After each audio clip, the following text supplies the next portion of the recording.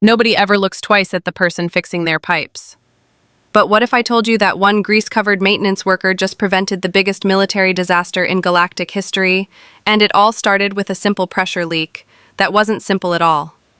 Imagine, you're crawling through scorching hot maintenance tunnels covered in oil and grease, fixing problems that keep thousands of people alive in the vacuum of space. Everyone calls you "Hey, you," instead of your actual name. You're invisible, forgotten, just another pair of dirty coveralls keeping the lights on. That was Meera Alvarez's life for 3 long years aboard orbital station Epsilon 9. 3 years of being treated like she didn't matter. But in the next 28 minutes, everything was about to change in ways she never could have imagined. The morning started like any other. Steam hissed from ancient pipes as Meera's wrench slipped, burning her already oil-stained forearm. "Blast these union-grade fittings," she muttered, wiping sweat with the back of her hand and leaving another greasy streak across her face. The maintenance tunnels were always 10 degrees too hot and 5 degrees too humid. Just how the engineers designed them. Uncomfortable enough to make sure technicians worked fast and got out.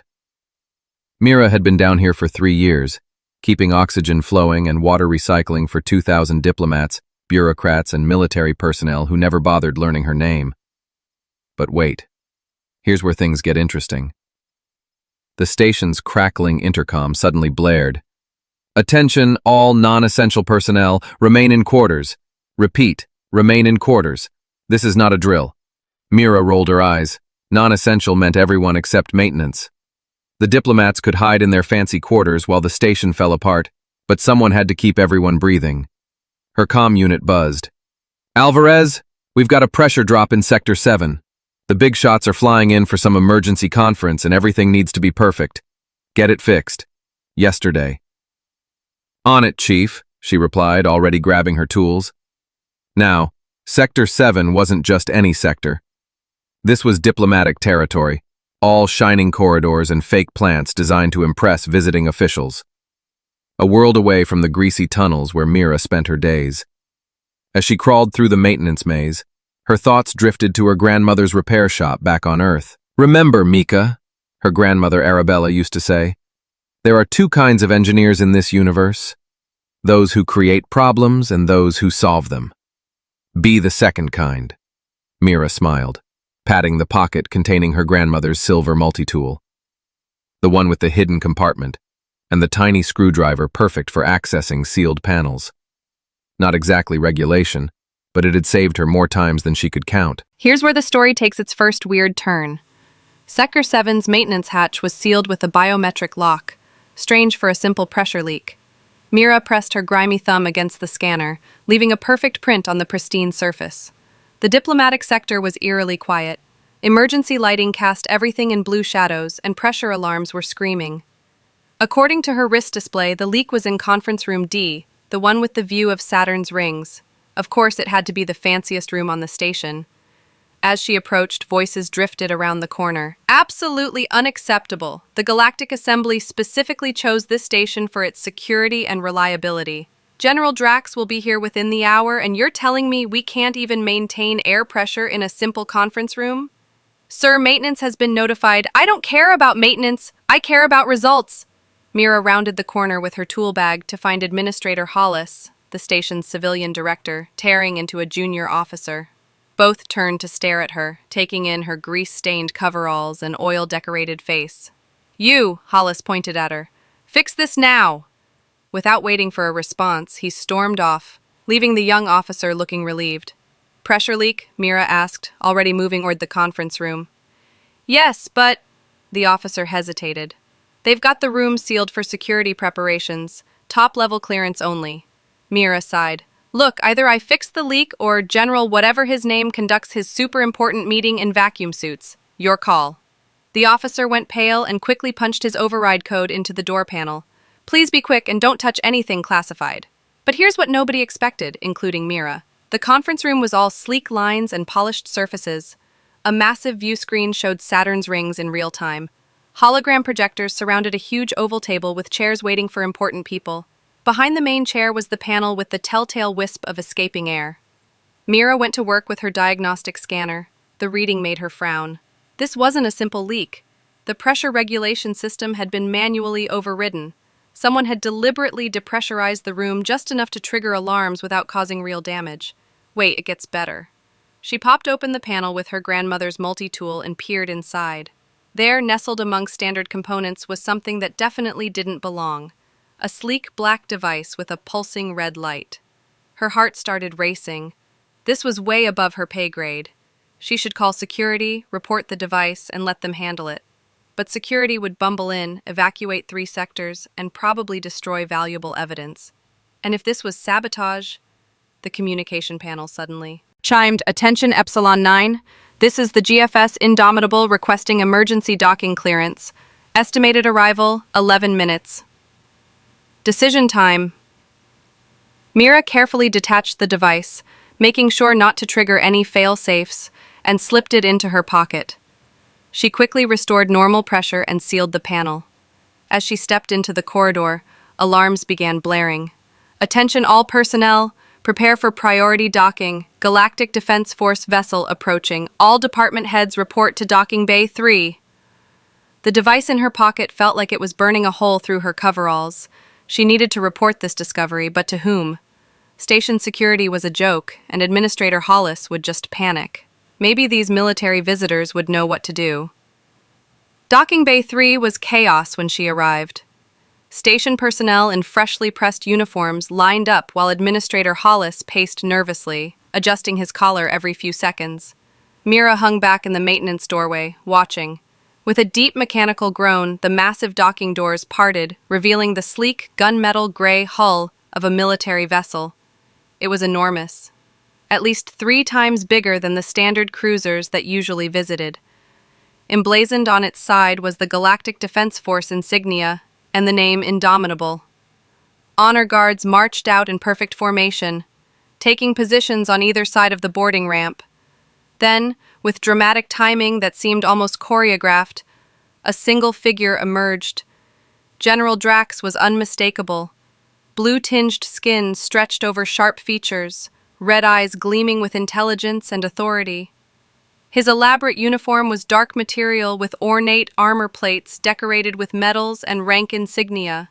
His posture was rigid, arms folded, as he surveyed the assembled station personnel with barely concealed disdain. "Administrator," he acknowledged Hollis with a curt nod, "I trust the conference room is prepared as specified?" Hollis stepped forward, bowing slightly. "General Drax, it's an honor. We had a minor pressure regulation issue, but maintenance assures me it's resolved." The general's eyes narrowed. "A pressure regulation issue? That wasn't in your last status report. A very recent development, I assure you. Nothing to be concerned about." And here's the moment that changed everything. Meera couldn't help herself. She stepped forward from her hiding place, hand raised. "Actually, sir, it wasn't a malfunction. Someone placed a device." All eyes turned to her.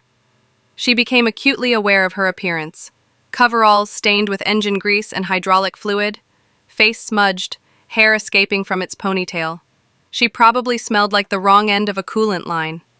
Administrator Hollis looked like he might have a stroke. "What are you doing here? This is a restricted area. Security!" But General Drax held up a hand, silencing him, his red eyes fixed on Meera with laser-like intensity. For a long moment he said nothing, just observed her with an unreadable expression. Then, to everyone's complete shock, he unfolded his arms and straightened to an even more imposing height. "Ma'am," he said, his voice resonating with unexpected respect. "Please continue." The word hung in the air like a physical thing. "Ma'am." Not technician or you there or any of the dismissive terms Meera had grown used to hearing. "Ma'am," as if she were a person of rank and consequence. Administrator Hollis sputtered. "General, this is just a maintenance worker, who appears to have information relevant to station security." Drax cut him off sharply. "Something you failed to mention." He turned back to Meera. "You were saying, ma'am?" Meera swallowed hard, suddenly aware of dozens of eyes on her. She reached into her pocket and carefully withdrew the device. "I found this connected to the pressure regulation system in Conference Room D. It was manually forcing a slow depressurization, enough to trigger alarms but not emergency protocols. It's not standard station equipment." General Drax's eyes widened almost imperceptibly. With 2 quick strides, he closed the distance between them, examining the device without touching it. Thraxian encryption module, he murmured, modified for remote surveillance. He looked up, meeting Meera's eye. Who else knows about this? No one, sir. I found it about 20 minutes ago while repairing the pressure leak. The general turned to his entourage.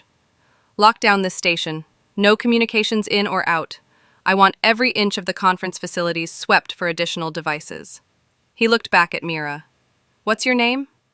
Meera Alvarez, sir. Level 3 maintenance technician. Technician Alvarez, you may have just prevented a major security breach. I need to know exactly where you found this device and how it was installed. And just like that, Meera found herself walking alongside the most powerful military figure in the sector, describing pipe fittings and pressure regulators while the administrator who had dismissed her for years trailed behind like a forgotten afterthought. But the real story was just beginning. As they walked through the corridors toward the conference room, General Drax's communication device chirped. He answered curtly, Drax. The voice on the other end was urgent. General, we've completed preliminary scans. The station's been compromised, multiple surveillance devices detected, and signs of intrusion in the central database. Drax's expression darkened. Seal all exits. No one leaves this station. He turned to Meera. Technician Alvarez, how well do you know this station's infrastructure? Like the back of my hand, sir. 3 years in maintenance. I've crawled through every duct and access tunnel on Epsilon 9, including areas not on the official schematics. Meera hesitated, then nodded. The station's old, sir. Some sections have been modified over the years without proper documentation. Maintenance keeps our own maps. For the first time, something like approval flickered across the general's face. Then you're now temporarily assigned to my security detail. I need someone who knows where a saboteur might hide. Administrator Hollis finally found his voice.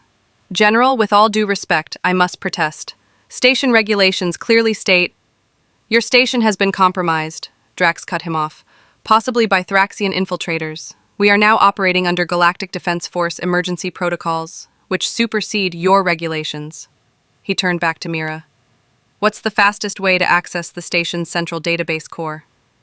Maintenance shaft C-22, she replied without hesitation. Bypasses 3 security checkpoints and 2 elevator rides. I can get you there in 7 minutes. Lead the way. Meera guided the general and 2 security officers through a narrow access door into the station's hidden arterial system. The maintenance tunnels were cramped, hot, and decidedly unglamorous, a stark contrast to the polished corridors of the diplomatic sector. Watch your head, sir, she warned as they approached a low-hanging pipe junction. And, sorry about the conditions. These tunnels aren't exactly designed for comfort. I've crawled through worse, Drax replied, ducking smoothly under the pipe. During the Proxima campaign, I spent 16 days in a trench half filled with methane slush. As they navigated the labyrinth, Meera's mind raced. Thraxian infiltrators on her station? The Thraxians were a notoriously secretive species from the outer colonies, known for their biological technology and isolationist policies. They weren't technically at war with the Galactic Alliance, but relations had been getting worse for years. Sir, she ventured as they climbed down a maintenance ladder, why would Thraxians be interested in a diplomatic conference? Drax seemed away how much to reveal. The conference was to negotiate a new non-proliferation treaty for biological weapons. The Thraxian hegemony has been developing some particularly nasty variants. We have evidence they've been testing them on outlying colonies. Meera nearly missed a rung. Testing weapons on colonies? That's war crime territory. Hence the secrecy of this meeting, Drax finished grimly. They reached the bottom, and Meera led them through a narrow passage that opened into a small junction room where various pipes and conduits converged. A maintenance terminal glowed softly in the dim light. We're directly beneath the central database core, she explained, pointing to a hatch in the ceiling. That leads to the primary server room. Drax nodded to one of his security officers who produced a compact scanner and began sweeping the area. After a moment, he frowned. Sir, I'm detecting unusual power fluctuations in the database core. And there's something else. He adjusted the scanner. Biological readings, non-human. Thraxian, Drax asked sharply. Can't confirm, sir, but whatever it is, it's in the server room right now. Meera's hand went instinctively to her tool belt, fingers closing around a heavy pipe wrench. Not much of a weapon, but better than nothing. Drax noticed the gesture and almost smiled. Brave, but perhaps let my security team handle this part. He drew a sleek sidearm from his holster. Technician Alvarez, is there another way to access that room? An element of surprise would be useful. Meera thought for a moment, then snapped her fingers. The cooling ducts. They run into the server room from the east wall. They're tight, but I could fit through them. You could create a distraction while I enter through the main access. Drax nodded approvingly. But it's dangerous. I won't order a civilian into harm's way. With all due respect, sir, Meera replied, already moving toward a panel on the eastern wall. This is my station, and nobody messes with my pipes. For the first time, General Drax actually smiled, a brief flash of teeth that transformed his severe features. Very well, ma'am. We'll move on your signal. Meera popped the panel off, revealing a narrow duct barely wide enough for her shoulders. The cool air flowing from it was blessed relief after the heat of the maintenance tunnels. She pulled her comm unit from her belt. I'll tap 3 times when I'm in position, she told Drax, then added, Good luck, General. And to you, Technician Alvarez. The cooling duct was even tighter than she'd remembered, forcing her to wriggle forward inch by agonizing inch. The metal was cold against her skin, a sharp contrast to the sweat beading on her forehead. After what felt like an eternity of claustrophobic crawling, she reached a grate that looked down into the server room. What she saw made her blood freeze.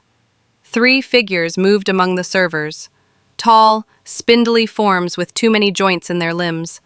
Their skin had a translucent quality, shifting colors to match their surroundings like living camouflage. One was connected to the main server through what appeared to be biological tendrils extending from its wrist, pulsing with data transfer.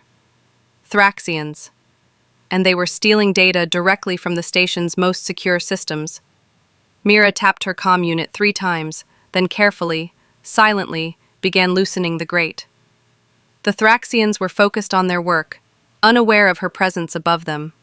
She calculated angles and distances, planning her move. The main door to the server room burst open with a hiss of hydraulics.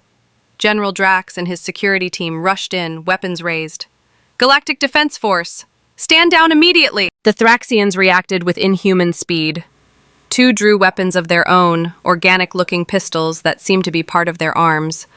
The third, still connected to the server, began frantically accelerating the data transfer, the biological tendrils pulsing faster.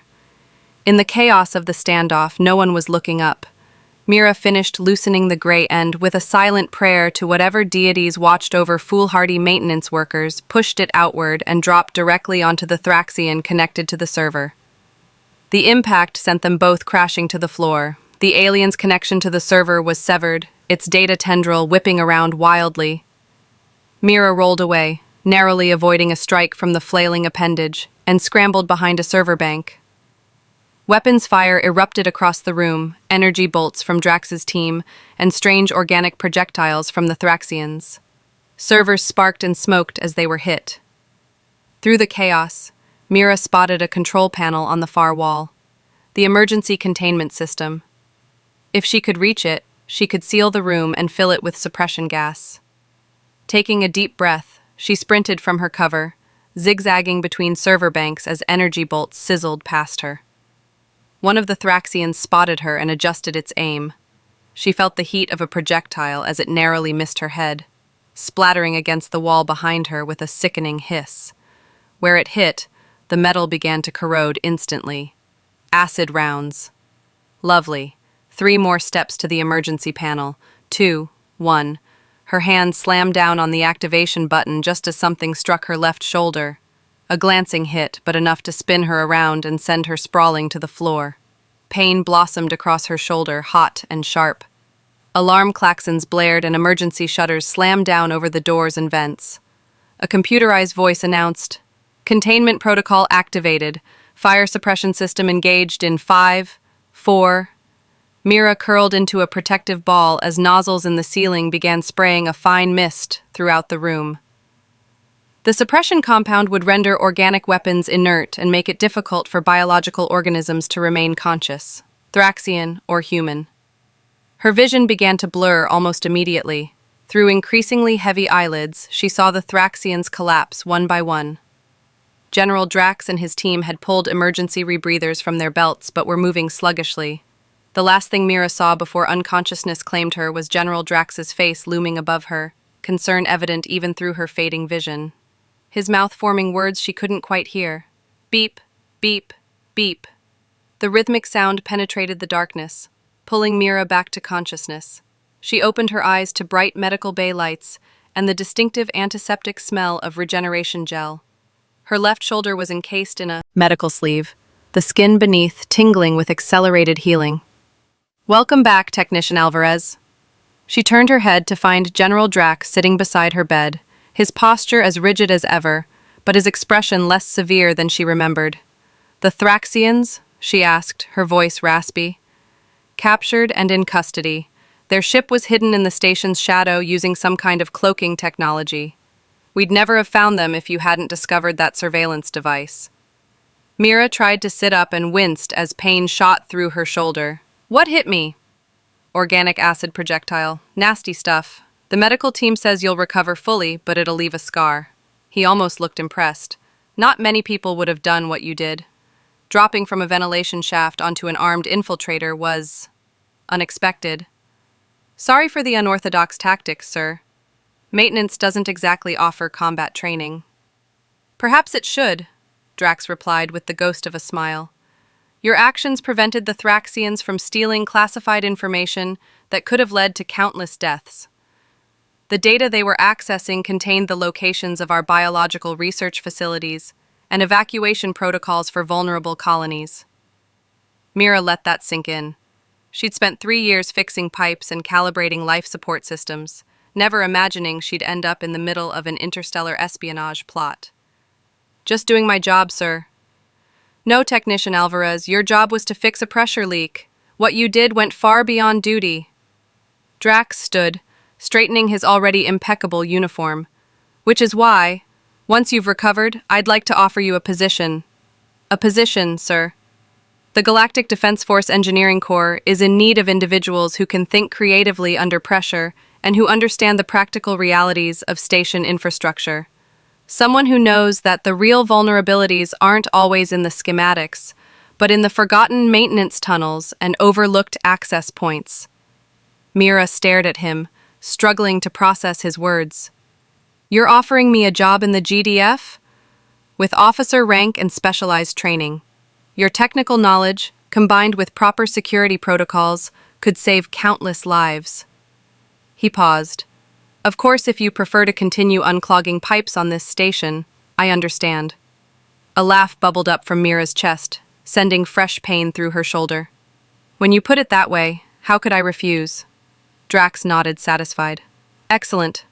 Once the medical team clears you, report to the Indomitable for preliminary processing." He turned to leave, then paused at the door. "Oh, and Technician Alvarez?" "Yes, General. You might want to clean up first." He gestured to her face, still streaked with engine grease despite the medical team's efforts. Though I must admit, as war paint goes, it was surprisingly intimidating. With that, he was gone, leaving Meera alone with the beeping medical equipment and the dawning realization that her life had just changed completely. 3 days later, Meera stood in the docking bay, a small duffel bag containing her meager possessions slung over her uninjured shoulder. Her new uniform, crisp, clean, and emblazoned with the insignia of the GDF Engineering Corps, felt strange after years in oil-stained coveralls. Administrator Hollis had been conspicuously absent during her discharge from the medical bay, but Chief Torres from maintenance had stopped by, gruffly expressing something almost like pride, before awkwardly presenting her with a farewell gift. Her very own set of non-regulation multi-tools, similar to her grandmother's but newer. "For when the fancy military equipment fails," he'd said with a wink. Now, as she waited for the shuttle that would take her to the Indomitable, Meera found herself running her fingers over her grandmother's silver multi-tool one last time. She'd be taking it with her, of course. Regulation or not, it had saved her life once, and might again. The docking bay doors parted with a familiar mechanical groan, revealing not the expected shuttle, but General Drax himself, striding purposefully toward her. "Sir?" Meera straightened, uncertain whether to salute. They hadn't covered proper military protocol yet. "At ease, Lieutenant Alvarez." He handed her a datapad. "Your transfer orders and security clearance. The Indomitable leaves in 30 minutes for the Procyon system. We've detected unusual activity near one of our research outposts there." Lieutenant, not technician. The promotion hadn't been mentioned before. "Thank you, sir. I won't let you down." Drax studied her for a moment, his red eyes unreadable. "No, and don't believe you will." He gestured toward the boarding ramp. "After you, ma'am." As Meera walked up the ramp toward her new life, she couldn't help but smile at the thought of what her grandmother would say. Something wise, no doubt, about how the universe has a way of putting people exactly where they need to be, even if it takes a grease-covered face and a surprise drop from a ventilation shaft to get there. Behind her, General Drax watched the former maintenance technician board his flagship, reflecting that sometimes the most valuable assets weren't found in military academies or officer training programs, but in the unlikeliest of places, like the sweaty, overlooked maintenance tunnels of an aging space station. And ahead of them both, the stars waited, hiding both dangers and opportunities in equal measure, along with undoubtedly a whole lot of pipes that needed fixing. But now, Meera Alvarez, Lieutenant Meera Alvarez, would be the one deciding which pipes were worth her attention, and which ones might just save the galaxy.